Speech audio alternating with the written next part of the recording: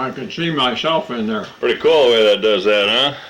Pretty clever shit. I wouldn't know how to work a camera today. Do I? This so goddamn complicated. I think that means it's Everything's recorded. so complicated. I don't make any effort to learn either. There you go. Okay, now we're going to be very basic about this. Now there's two kinds of gold. Think about it, Albert. There's placer gold and hard rock gold. You got that? Placer gold and hard rock. That's right. Placer gold is a river. You get the gold out of the river with sluice boxes or gold pans, and hard rock gold you tunnel into the mountain underneath the ground to get that. Alright. Some places 300 or 400 to thousands of feet under the ground. This is some hard rock gold. So when they take the gold out of the ground under the tunnels, like in the coal mine or any other kind of a mine, they follow the vein.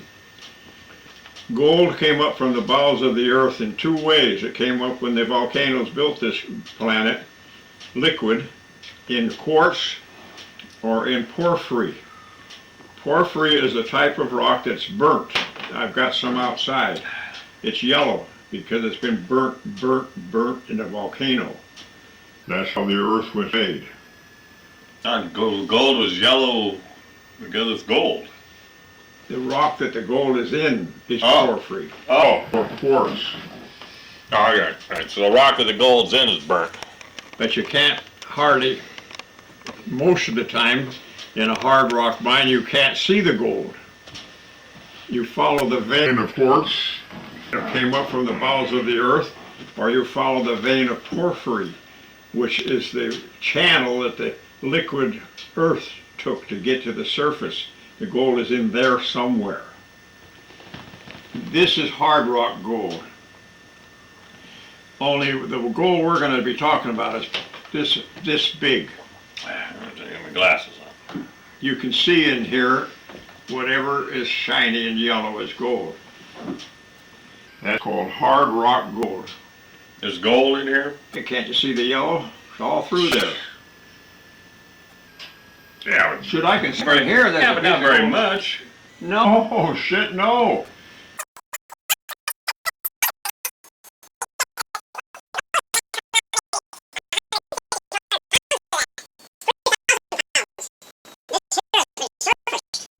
You can see the gold in here real easy. Anything that shines. Yes. I can see it down here kind of later in there. The lighting is bad, but I see the gold right there. Yellow. Right where my fingernail is. Yeah, I just expected to see big chunks.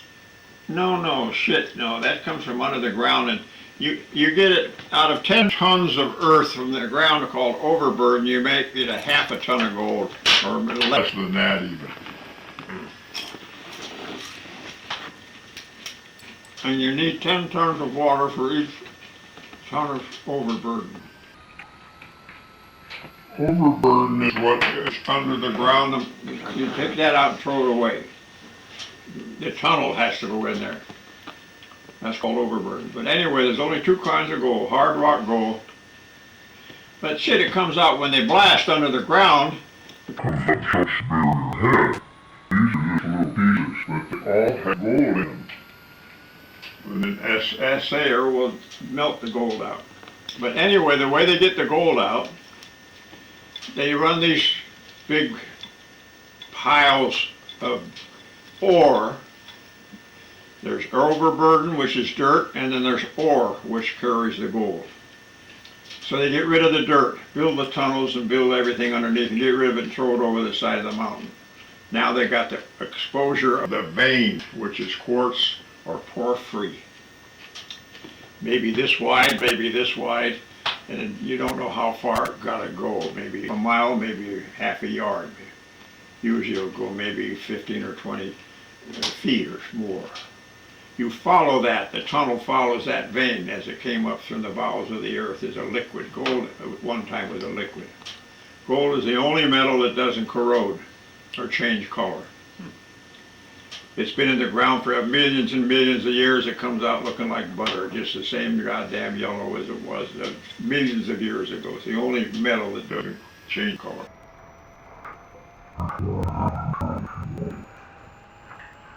and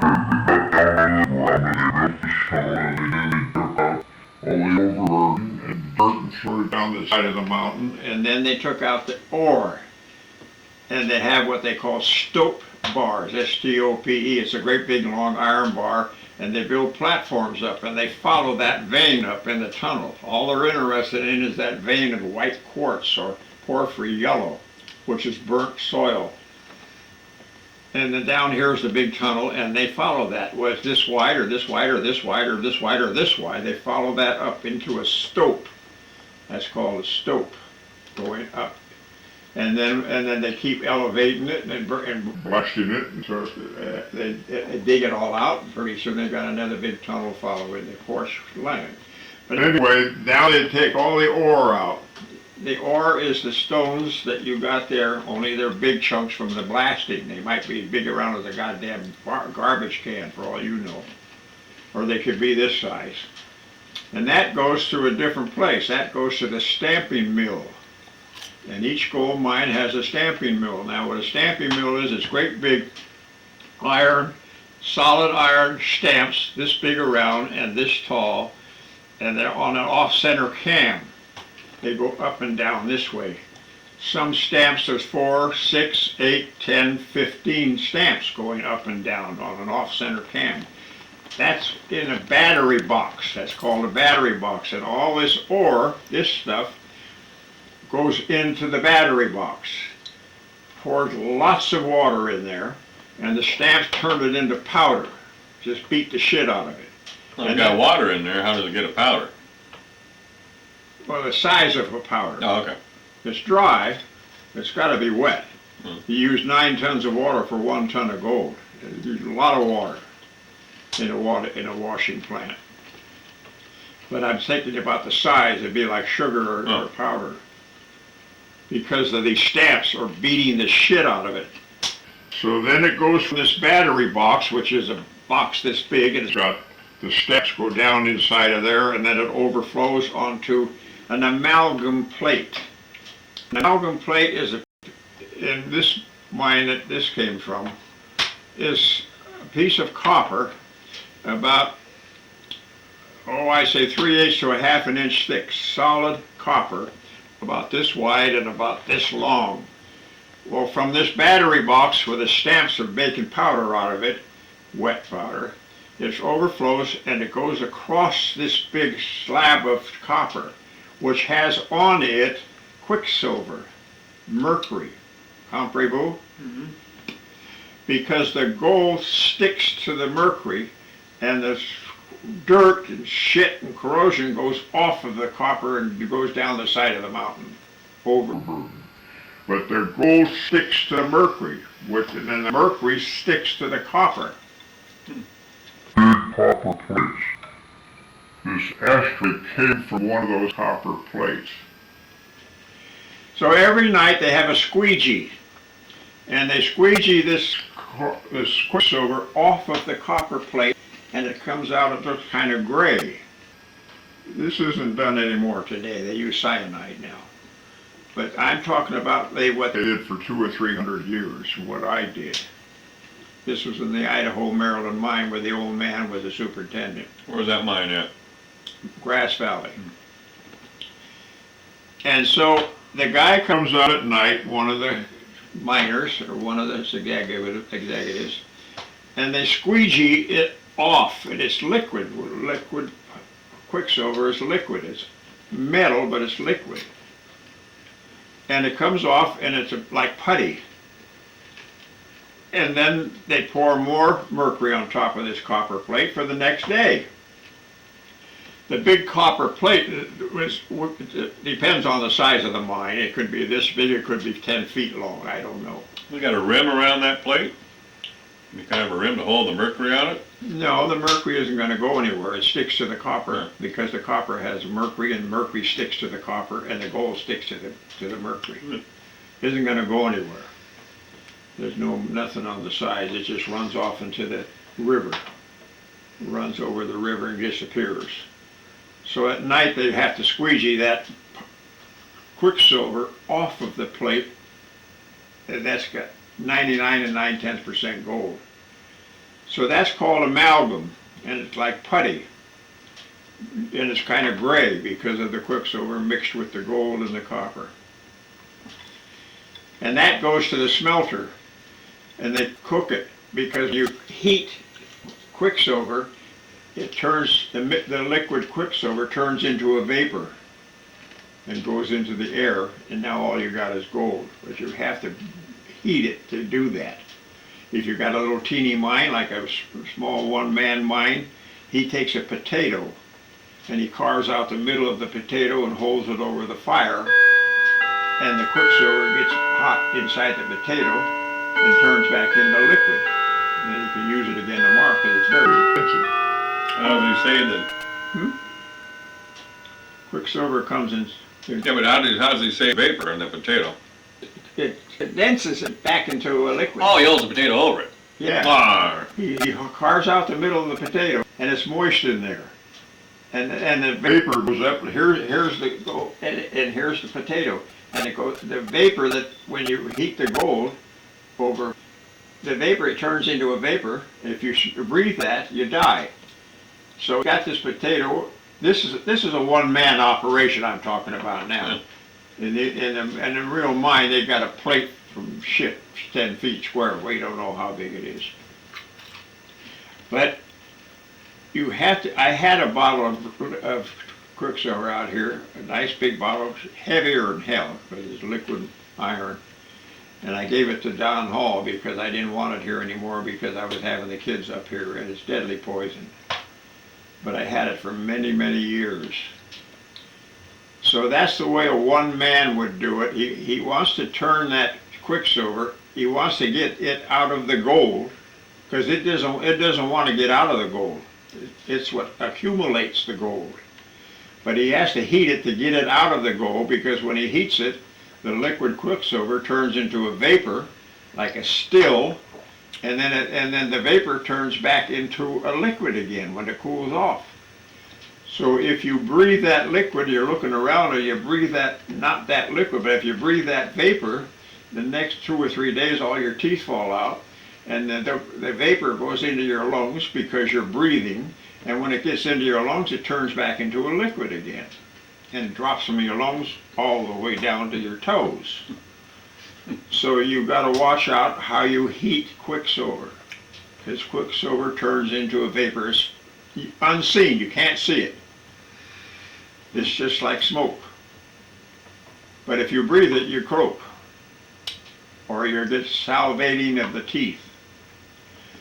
Well, on this great big copper plate, getting back to the ashtray, wherever it is, oh, here it is.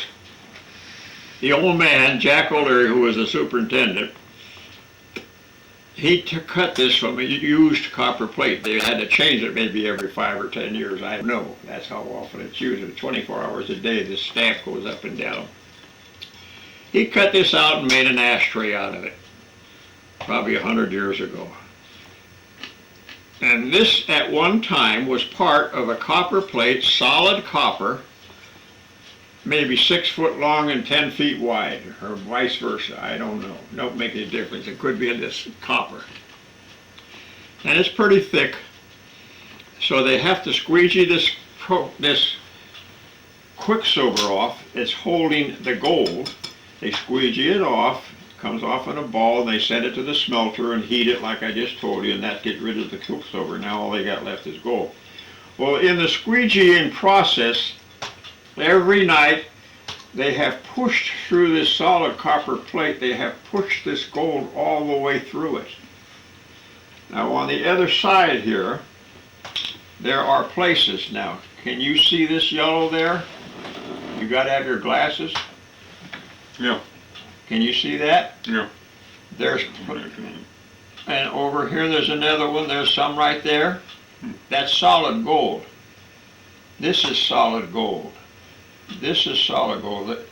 They have pushed the gold through this by squeezing it every night, every night, every night. It has gone all the way through the copper and came out the back. They don't care about that because there's not enough to be bothered with. When it gets that bad, they throw the plate away and get another plate, maybe every 10 years. So he cut this out of a used copper plate and made this ashtray, and everything here that's yellow is solid gold. This over here is copper. This here is copper. All the rest is gold. Everything that's yellow is solid gold. That has gone over this plate, over every day, 24 hours a day, squeegeed off at night and started over again. Big copper plates, and it pushed the gold right through the copper over the years. And you see where it's come out, there's little yellow spots, so it's gone all the way through the copper. So now they got to get a new copper plate. See there, there's gold. I got a circle around it. Yeah, never noticed the circles. There's gold there. That gold there started up here. But the squeegee pushed it right through the copper. So that's where this came from. It came from the mill that ground up the rocks, ground up these rocks. You get $1,100 an ounce, Dad, you know. Well, it wasn't that in those days. I could melt this baby down. Nowadays, So you gold, probably get, it's probably $1,100 ashtray. a lot right of here. gold mines have closed, but now they're opening again. There's a piece of gold in this rock right here. There's a piece of gold right on my end of my fingernail. There's gold right over here. See this yellow right over here? Yeah. That's all gold. This is what's called high grade. But it may be the one that goes into the stamp mill, the fucking piece of rock might not be this, it might be this big around. Because all the stamps go up and down, these things weigh about 200 or 300 pounds. These great big round iron things are circuit around like a cannon barrel, only solid. They go up and down and smash the shit out of it and turn it into powder. And then they run it over the plate with water, and the plate keeps the gold because the plate has silver, copper. The gold doesn't go nowhere. Now that's called a hard rock mine. The only other type of mining is placer mining. That's when you get it out of the river with a sluice box or a pan. It's laying around. But this stuff has to come underneath. It's all full of gold in there. You can see it sparkling. There's another big sparkle there. But you get 20 or 30 or 100 tons of this, it's a lot of gold. In here there's nothing. It'd be on your fingernail. But they got these big stamps, for Christ's sake. It depends on the mine, but I've seen stamps in Grass Valley that had 10 or 15 stamps going up and down on a half center cam. And they run tons and tons and tons of ore through there and smash the shit out of it to turn it into pieces as big as sugar or powder. Because then it sticks to the copper. So everything on this ashtray that's yellow is solid gold. Everything that's dark here is original copper. Oh. And that's how that thing was made, and that's where that came from. In Grass Valley, in Nevada City, up in the mountains of California, because Jack O'Leary was descendant of the Idaho Mine was the coal mining in America. During World War II, they all flooded.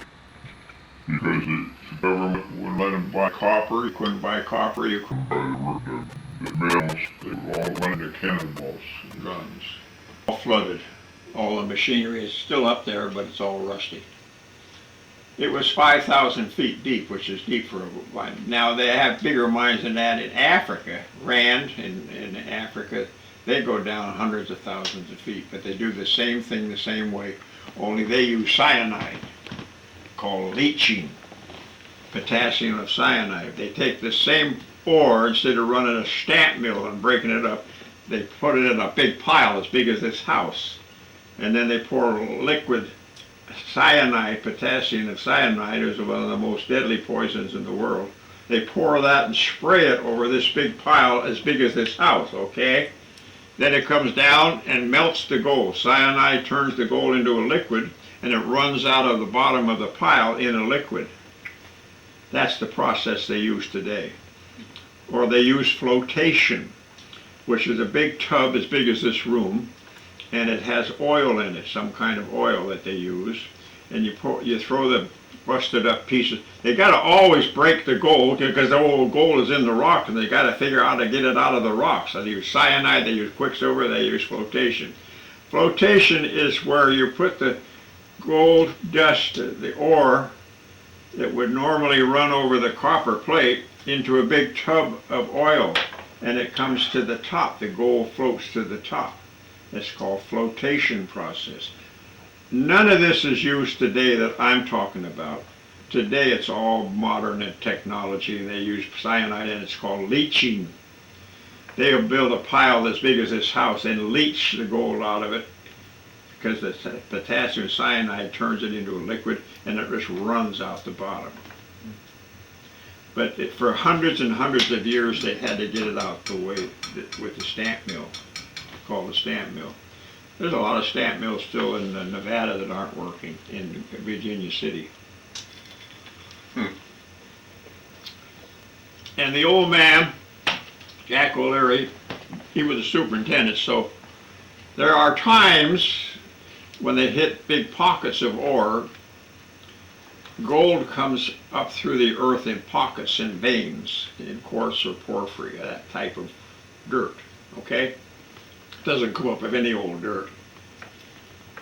Either quartz or porphyry. I'll show you porphyry when we go outside the next. It's just burnt soil, but you know there's gold there because that's how it got from the bowels of the earth to the surface. And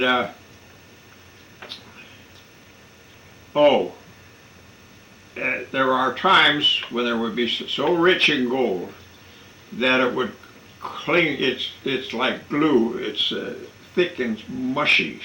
Gold is very soft. That's why they use 14% gold in your jewelry, not 24, 14, because it's so soft.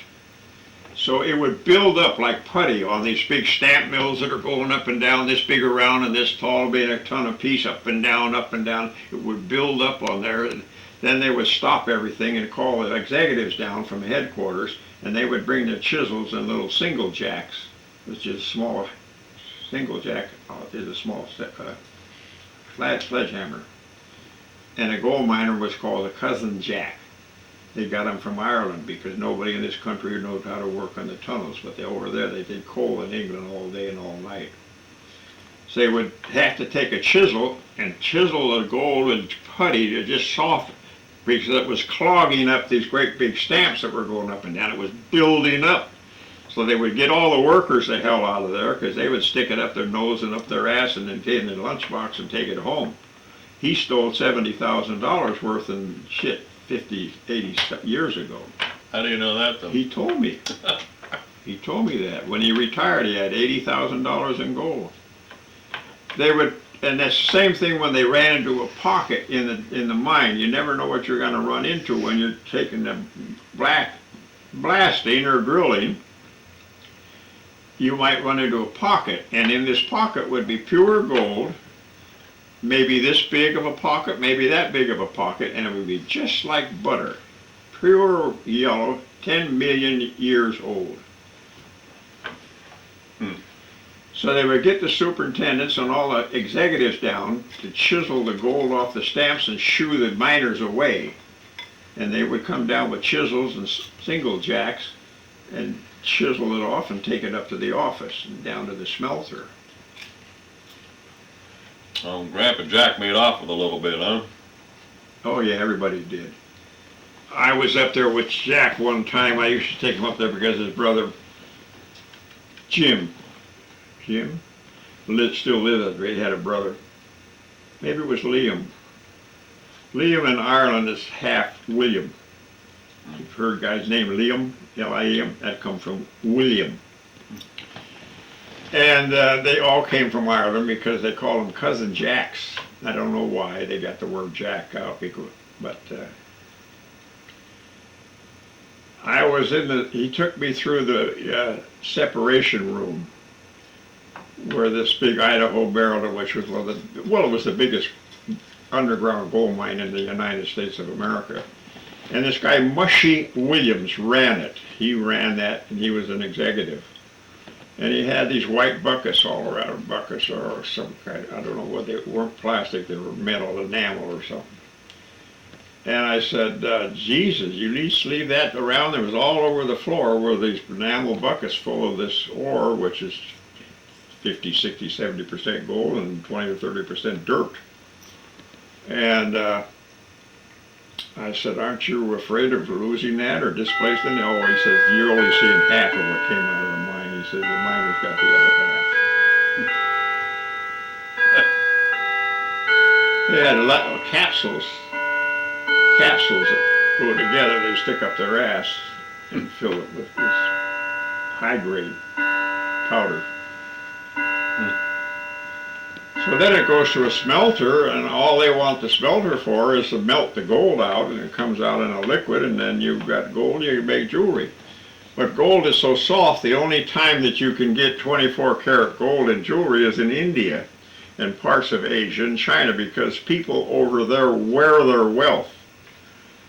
In India, they don't use banks. They don't trust anybody. If you see a woman in India with several bracelets on that are yellow, it's solid 24 karat gold. I bought Eric in Siam, I bought him a gold ring with, what the hell is that green stone? You gave it to me. I did? What's the story behind that one? I want to know the story. Well, it Green was from stone. the Orient, I think back, Siam in those days it was called. And they wear their jewelry, they don't, That's real soft. that's right, that's what I'm getting at. And I wore it one time when I was batting, and just got smashed up with my finger down Well, there. I Maybe gave it choked to off the Eric, blood. I guess he had other jewelry he had. But Give Eric, me that one. maybe I bought one for you and bought one for him, I don't Maybe. know. Good, because they got a little green stone, the dragon, I think. And got a tiny green stone in it, softer than hell. Yeah. Well, Eric used to play baseball, Little League and all that shit, and when he would catch the ball, it would flatten the goddamn thing because it was made from gold from China, That's what happened to me. and it's 24 carats. Yeah. So gold in America, when you see a gold ring with a woman with a gold on, it's only 14%, 54% gold, and the rest is all garbage. Or nickel or silver. You don't or remember what that platinum. green stone is, huh? Hmm? What that green stone was? Was it an emerald ship or something, was it? No, I always wanted to know. It's just a tiny little stone. was an emerald. Well, the rings I bought for Eric, and maybe you, I bought one from Crandall, he wanted one, it was cat's eye in it. It had a cat's eye in this green stuff. There's a name for it.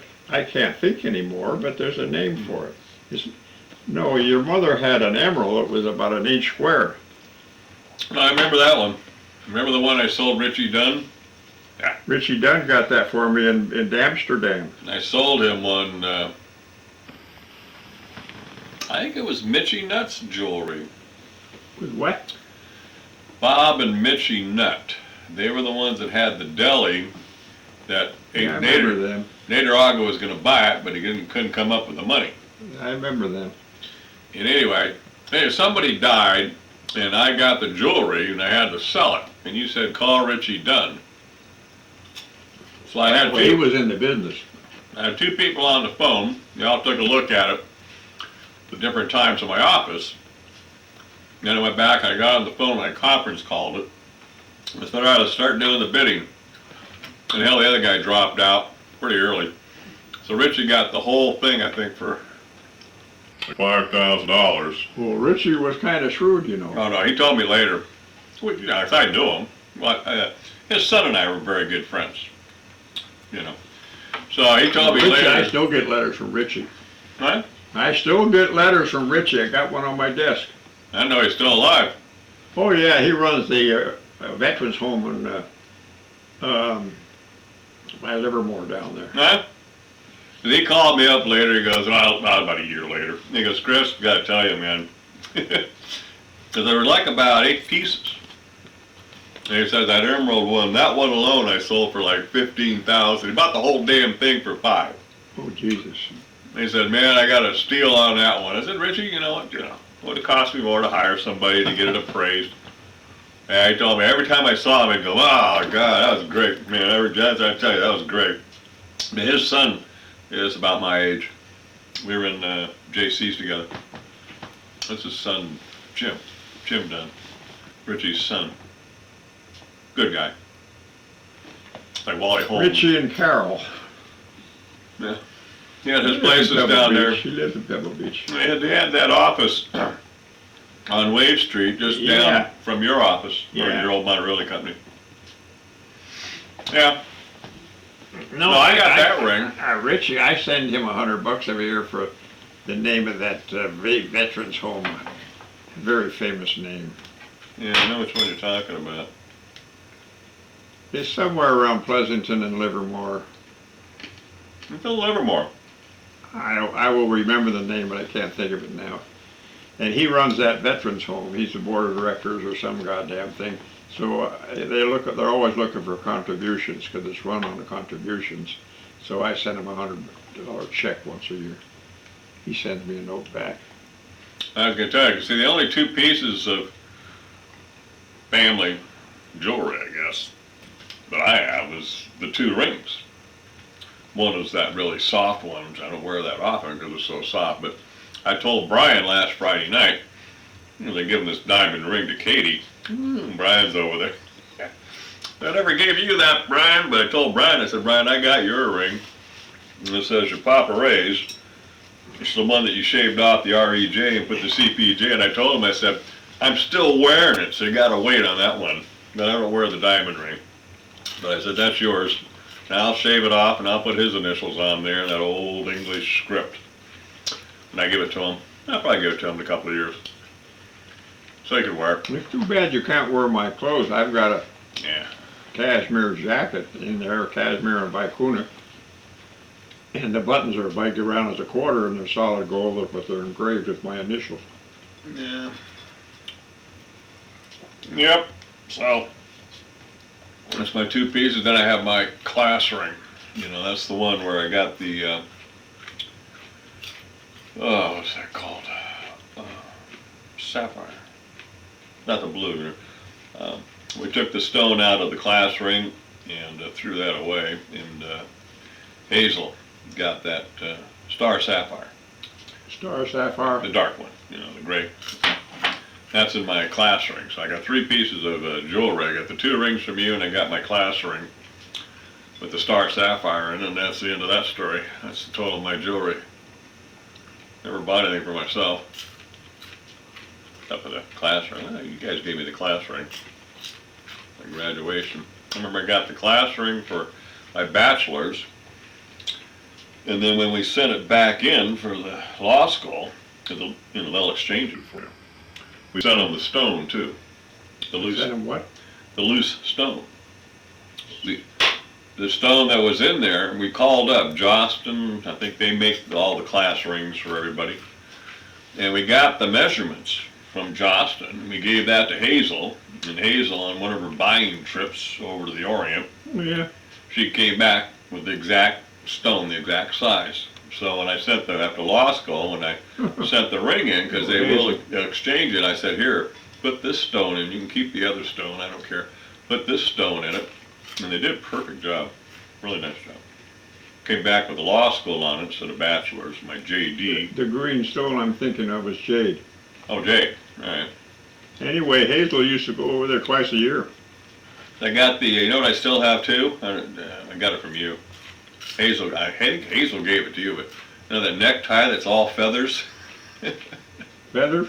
Yeah, it's all natural bird feathers. It's a necktie. Is that right? Yeah.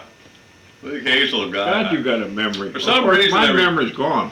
I think Hazel gave that to you, and when you got rid of your ties, I got all your ties, because Eric didn't wear ties. Oh, I used to wear now I forgot the name of the company that made the famous ties. Talbot? No. Oh. Countess Mara. You ever hear of Countess Mara, M-A-R-A? Uh-uh. $30, $40 for a tie. Years ago, when I used to wear a suit. I never bought any clothes, Dad. I never had Countess anybody. Mara is a great famous tie. hundreds of dollars for a necktie. Hand painted. No, I used to buy Countess Wire. I paid $12, $15 for one necktie. Shit, 60 years ago. the only thing I ever bought were, well, I built my own computers. But I finally bought 3 years You ago. can build a computer. Oh, I built my own, always. You're kidding me. And then 2 years ago, I got the job down south and working out, and my computer kept breaking down. And Linda said, "Throw the damn thing away and buy a new one." I said, "Linda, I can't do this. Just buy a new computer. You build these things and you work on them the rest of your life." So I always do what she tells me. I went down and I bought a brand new Hewlett-Packard computer. And I threw all my computer stuff away. All my parts and bolts and screws and all that shit, and it's been working ever since. You use the old one for parts, huh? The only three things I've bought now, I bought all these within the last 3 years of my life, probably since I turned 60.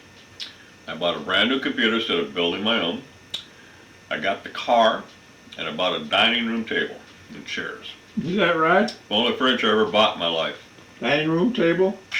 Too bad, because this one of Maud's goes to Myrna.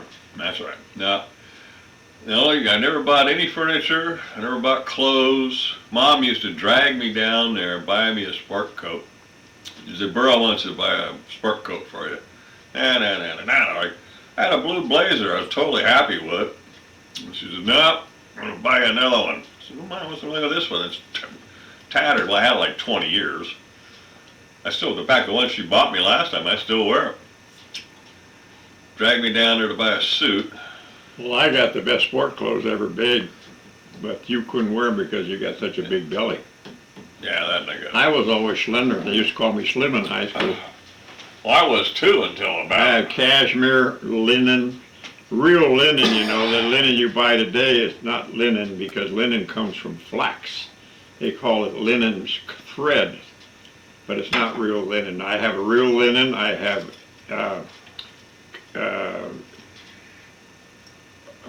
Italian sports coats silk. I have Siamese bag silk, rough silk.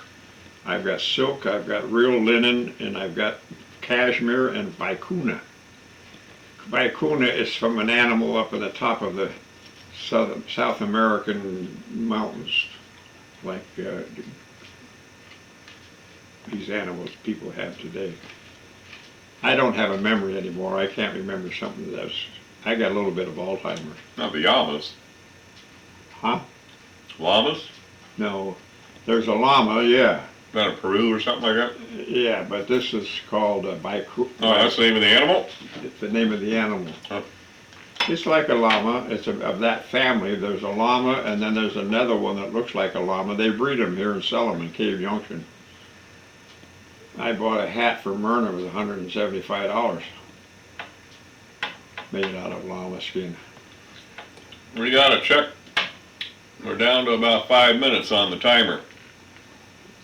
Okay, we'll do it. So I'm guessing we'll probably And put, every time you open that door, it takes a little bit longer inside to go back up to speed. yeah, it drops down to about 130. It gets back up there in a couple of minutes. Right, Albert? But everything you've just learned about gold, they don't use anymore. They used that for 200 or 300 years in 1849, 1850. When they discovered in Nevada is the great silver. Nevada had silver, a little bit of gold, but mostly silver. Yeah. And when they were digging up there, when they petered out into California and San Francisco and around Sutter's Mill and all those places that petered out, they moved to Nevada. And they used to throw that away. It was black. Silver turns black under the ground because it's like if this is made of silver in your house, it will turn black. You got to polish it all the time. They were throwing it away. They didn't know what the hell it was. Big chunks of silver. Now Nevada's the silver state. It's on their license plates and their cars. All the silver mines are in Nevada. Minerals are very very predictable. There's certain states, like Colorado has lots of mineral, and Wyoming's got millions of tons of coal. We have all the coal in the world in Wyoming and Montana. More coal than any place in the world. In fact, the mountains are made of coal, the shale they call it. There's hundreds of millions of gallons of oil, more than Arabia and all the other places right in Colorado. But it costs too much money to get it out. They were going to use nuclear to turn it into a liquid and let it run out, but that didn't work because of the nuclear radiation.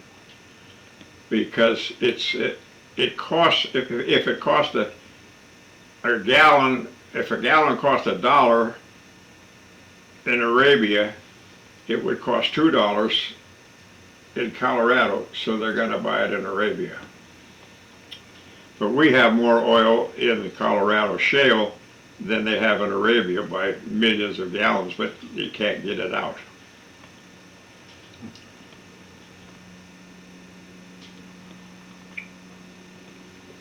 The history of oil was at one time vegetation. Even though they're deserts now, they were forests. Because trees and vegetation over the millions of years will go into peat first, and the Scotch makers, the Scotch whiskey makers, use peat to run the kilns. Then from peat it will go into coal, and then from coal it will go into petroleum. But it started out as a forest. But in every million or 2 million or trillion years, it went from trees, forest, to peat, moss, and then to coal, and then to petroleum, based on the years and the pressures of the earth. So even though it comes from deserts today, those were forests at one time, 100 million years ago. That's true. Yeah. Time we're rough. And the smoker. See if you can get that log in my fire that got the dog on my lap. But now careful, that fucking thing's hot, but the handle on the right side that's woven is not hot. This log? Yeah, see if it'll fit in there. Open the door. No. You gotta open the door. It looked a lot heavier than it is. I thought it was pretty heavy. I know, but I get them in there a lot bigger than that. Is there enough room for it? You live in a ranch. Leave the door open. Yep.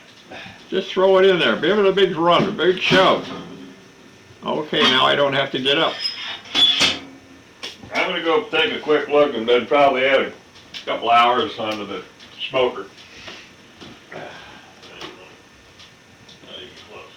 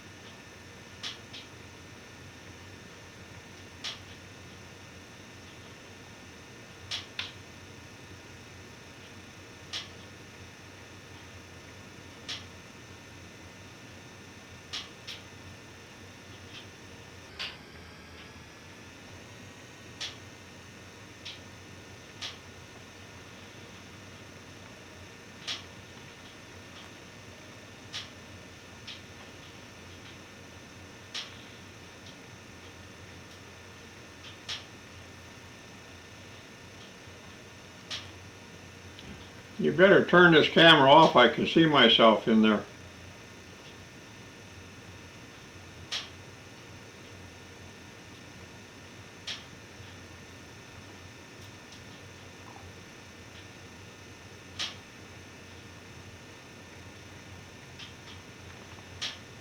What's it look like, Chris? The smoked salmon.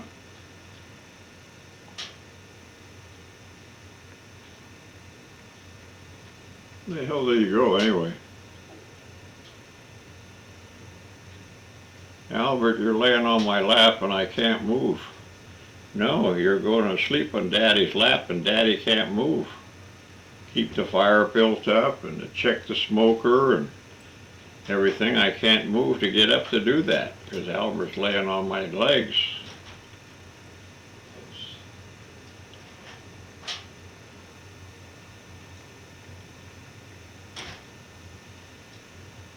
What's it look like, Chris? Oh, it's getting there, but I put 2 more hours and I put another couple of handfuls of chips in there. That's good. But it was still, just pink fish, not cooked yet. Not even You cooked. think 2 more hours? Well, keep checking it, but I put 2 more hours on it. It's been 2 hours in there now, hasn't it? Yeah. How long do you usually put it in the Little Chief? Hmm? When you use the Little Chief, how long would you leave it in there? When I use what? A little heat. No, the Little Chief, Oh, the chief? Oh, Christ, 4, 5, 6 hours. yeah, I'm thinking 4 hours minimum, maybe. Okay. You better turn this camera on, it's still going. No, I'll get some wine. There's a whole damn bottle out here. There was a lot of wine last night. You see, I can't get up to do anything because I have the dog on my lap. I'm gonna tell you, old Don. For years and years, when I was, well, I used to go up work in the mines when I was 15, 16 years old because of summer vacation. My aunt owned Rich Bar, which was one of the best gold country in the state of California on the Feather River, so where was Admiral Gold. She owned the whole damn town. But anyway, I used to go up there for 3 months in the summer vacation, and we had a hard rock mine up there, an underground mine. We had a washing plant and a mill and 2 dump trucks, and we ran it like a quarry, just dug under the ground. So, what are you doing now? I'm moving a little bit. Look at the side of your face all the time. I did it on Albert or you. I'm gonna forget all these stories. Then when I'm sitting in the old folks' home, I'll get it out and play it. There, I remember It's that. all ancient history, Chris. Yeah, like both of us, our memories aren't quite as sharp as they used to be, you know what I mean? Not quite as sharp as they used to be. I got background, I could write 2 books.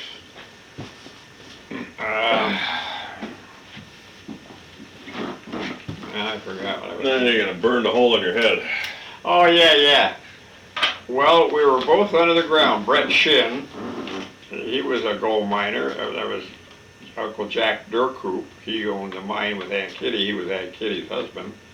And then we had a guy that did the cooking, and we had a cabin up there in the Feather River, Walker Plain, up between Orville and Quincy. And we were underground. It was a hard rock mine, and we were tunneling underground. And every once in a while, you would break open a pocket, and it would be a pocket of pure gold, and it would look like this, a metal chore girl sponge you clean pots and pans with, all the woven. Yeah. It would look like that. A specimen gold, that costs more than regular lumps of gold. Specimen gold. So I was down underground with Brett Shin, and we had our lamps on, our carbide lamps.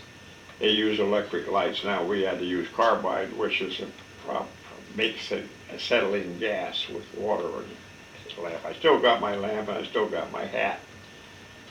And so he called me over, and I was probably 15 years old, and he says he had hit a pocket under the ground in the mine in the quartz vein.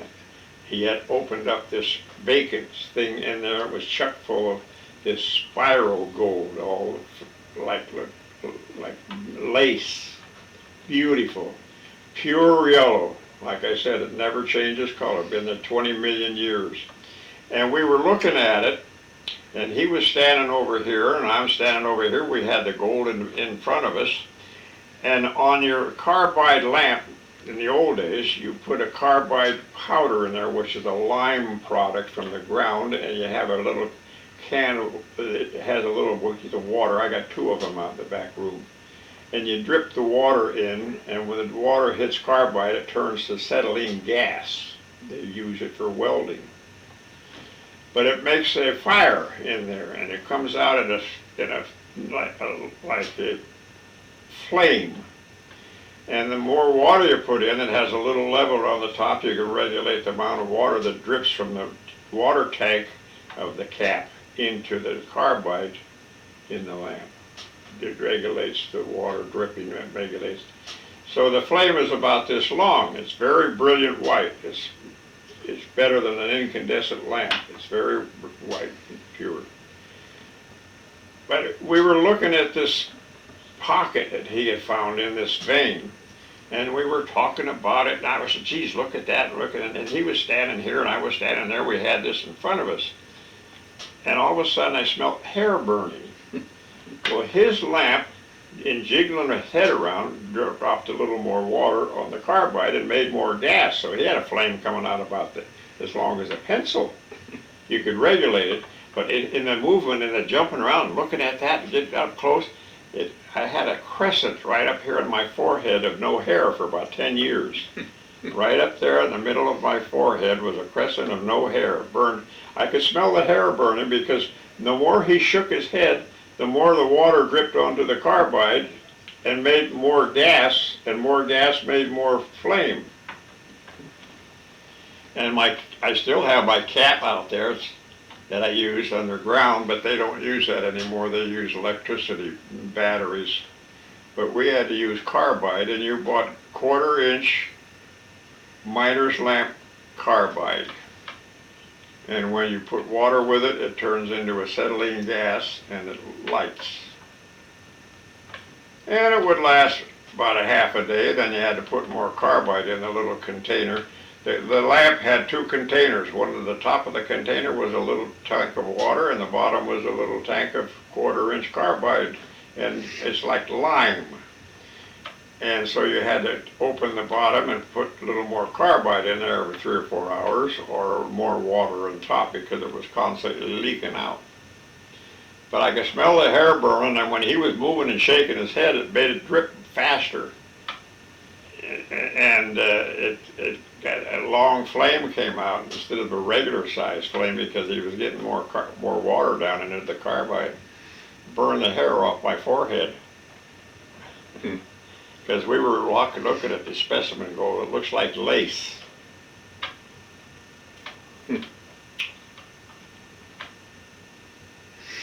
Now you've got about $7,000 in gold at home. Did you know that? What, you talking about the hourglass? Yeah. I don't know how much is in that hourglass. 7 ounces, I think. 7 ounces? 7 and 8 ounces. I gave one to you and one to Ed Hoyt and one to Eric. And Laurel get one? And Laurel. Yeah. And Laurel. And they each had, I think, 7 or 8 ounces of gold dust.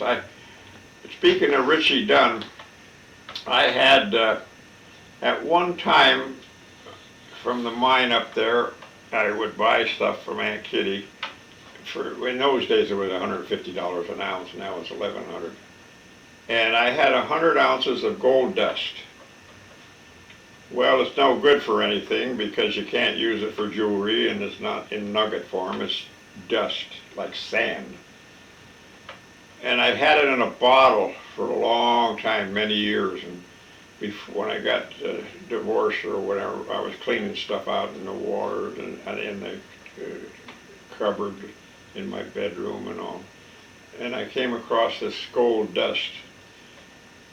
And I think it was 100 ounces because Richie Dunn wanted to buy some. So I sold him 50 ounces of dust, gold dust, pretty heavy. And the only way we could divide it, I had the office end where Cass and Webster meets on the corner, and right up here was a drugstore. Yeah, still there. Is it still there? Yeah. So Richie and I go up to the drugstore, and gold is measured at troy weight. It's not 16 ounces to the pound, it's 12. A vertipoi is 16.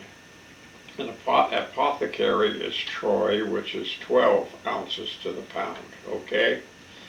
So he just has a balance scale, 2 platforms. So we put the gold over here until it balanced over there. We knew we had 50 ounces because I had 100, I started with 100, and he wanted to buy 50. So when it evened off, he took the half and I kept the half. And it, I knew the guy that owned the drugstore. He was waiting on a lady out in front. We were in the back room using his scales, because you have to have balance scales and you have to have troy weight instead of vertipoi or apothecary. But anyway, he comes in the back room, and here we are with this big bag of gold dust, and we got his scale full of 100 ounces of gold. He said, "What in the hell are you two guys doing?" He couldn't understand what we were doing. We were weighing gold. Because Richie Dunn, speaking of him again, wanted to buy half of my gold, and I didn't give a damn. I sold it to him because I had no use for it. And that's why I finally put it into those hourglasses. I finally found a use for it. Make good paperweights or something like that, you know. But I had that for many, many years in a jar, a big jar of gold dust. Nuggets are they use for jewelry. Nuggets are for jewelry and stuff like that. But gold dust is practically worthless. They just melt it down and put it into bricks.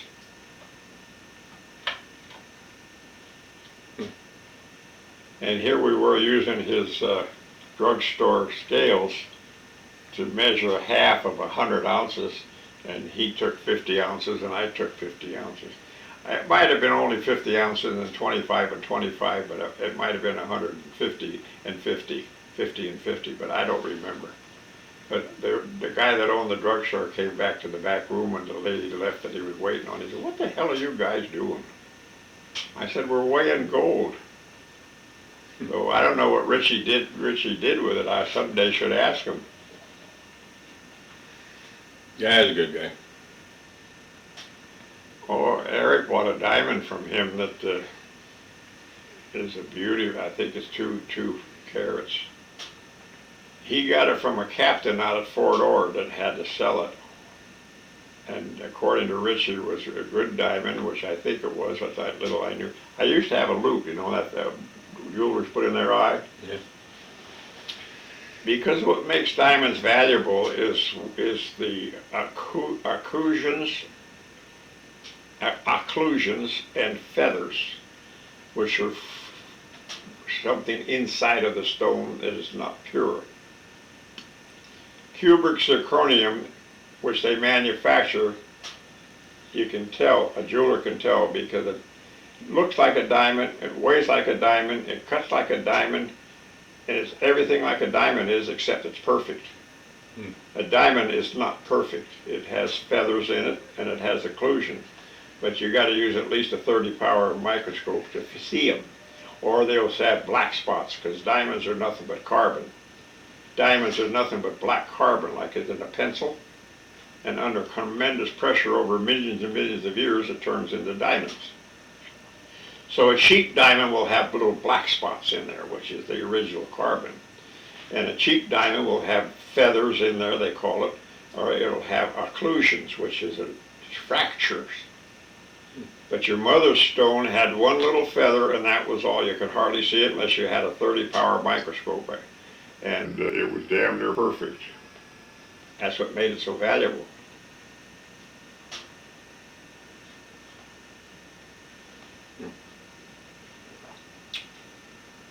Yeah. But they manufacture diamonds now. They manufacture them, but they use them for industry because they're small. But they do make a pure diamond now, and they use it in emery paper and matrix on diamond bits and diamond drills when they're going through rocks and steel. We used to sell diamond bits, core bits to go through rocks. When we had the power company, Dick and I, we used to sell diamond bits, different sizes, 1-inch core, 2-inch core, 3-inch core, and it has a matrix around the end, and it's all sprinkled with diamonds, and you got to keep water on it while you're drilling, and you go right through a stone wall. I think that was Howard Hughes' father that, He invented the diamond drill bit. yeah. That was not diamonds, that was the shape of diamonds. Huh? Yeah, it didn't have any diamonds in it. It was called a diamond drill bit because it had a cluster. It had a cluster of drills. Instead of one big drill going this way, it has several of them. Maybe 3 or 4 or 5 clusters of drills, and it was the shape of a cut diamond. All a diamond is, when it comes out of the ground, it looks like a big stone and it's square and the different colors. Then they got to cut it and split it and break it up and polish it. When it comes out of the ground, it looks like a rock. But it polishes and it cuts. And that's done in Amsterdam by the Jews, De Beers. When I told Richie Dunn when I had the real estate office, Monterey Realty Company, he was going over to Amsterdam and traveling around. I said, well, if you go over to Holland and Amsterdam, why, see if you can find me an emerald. There's certain countries that are famous for certain kinds of minerals. And so he sent me a letter or call on the phone, I don't know. But he said, I've got one over here, and it was, I think, 10 or 25 carat. It's about a 1/2-inch square emerald. And he said you could buy it for, I don't remember now, because it was all full of feathers and crusters and shit. It was pure emerald, but it was cheap. If it was real, it would be $1 million, let's put it that way. But it was clear. If it was clear, it'd be $1 million, but it was all clustered of crap inside of it. It was only a couple $1,000. So I said, go ahead and buy it, because my wife always wanted an emerald. I think Eric has that, and it's about as big as a quarter or $half. Women call it a dinner ring. But if you look close into it, it's pure emerald, but you look close and it's full of cracks and clusters and feathers and occlusions, which makes it cheap. And there's yellow diamonds, there's pink diamonds, there's black diamonds. I've seen the Tiffany diamond up in New York, and the window is yellow, canary yellow. One of the most famous diamonds in the world, the Tiffany diamond. But they have now what they call zirconium. I just mentioned the name and now I forgot about it. Yeah, zirconium or something else. Oxide or something. And it's built under, it came from some, I think Russia had this tremendous press, and they put this tremendous tons and tons of power on this cubic zirconium, and they pressed it down like the earth did originally with diamonds. That's how diamonds were made. Tremendous pressure on volcanoes. And by God, they came out with little stones as big as sugar, you know. And they're used in commercial tools for cutting, like emery paper. And we used it when we had the power tool company. A contractor had to redo the Navy postgraduate school for putting new toilets and stuff in, and it was built from river rock, which is extremely hard. We use it on the road up here, river rock pebbles. And they couldn't cut it with anything, so Dick and I had a set of different sizes. And then we sold them whatever size they wanted to on pipes through because the walls of the postgraduate school are about 6 or 8 inches thick of concrete. When they built that son of a bitch, they built it to last about, 60, 100 years ago. It was a hotel, The old Del Monte Hotel. in the buggy names, yeah, when the buggies came in. But we sold them the core to make the cores. They still use it when they want to get cores out of the earth. The oil people use them. But the diamonds will cut right through rock. Quartz or steel, or not steel, but rock. But you have to keep water in there, because if you don't, the diamond will eat itself up. If you keep it wet, it'll keep going. But if you lose the water supply, it'll return on itself and eat itself up, and now you got a core with no diamonds left anymore. So we bought them because the contractor was going to drill holes in the walls of the Navy postgraduate school to put some piping and electrical cords in there. So it's used in industry as a scratcher, or whatever you call it, emery, sandpaper.